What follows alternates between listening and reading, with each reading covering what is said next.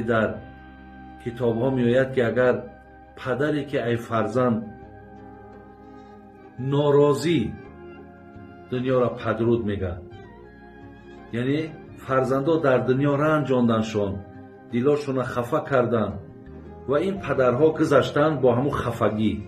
میگه این فرزندا باید چیکار کنن؟ میگه باید یکم با جوره های پدرشون همون بچه‌هاشون رفت آمد کنن.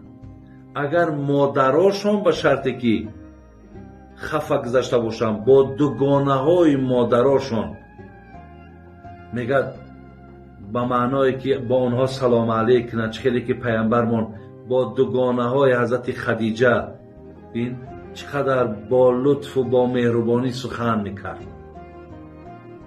یکم میگه این است. دویم میگه سر قبرش رو و همونجا عذرخواهی کنن از مادر ای پدر ای خود دخترش ای خود بچهش ای وقتی رنجاندن اونها خفه از دنیا گذشتن، سر قبرش برو همونجا عذرخواهی کن. سیوم در حقشون انم طریق ختم کردن، صدقه کردن. انشاءالله گفت همین سببی همون دور کردنی رنجش می شود.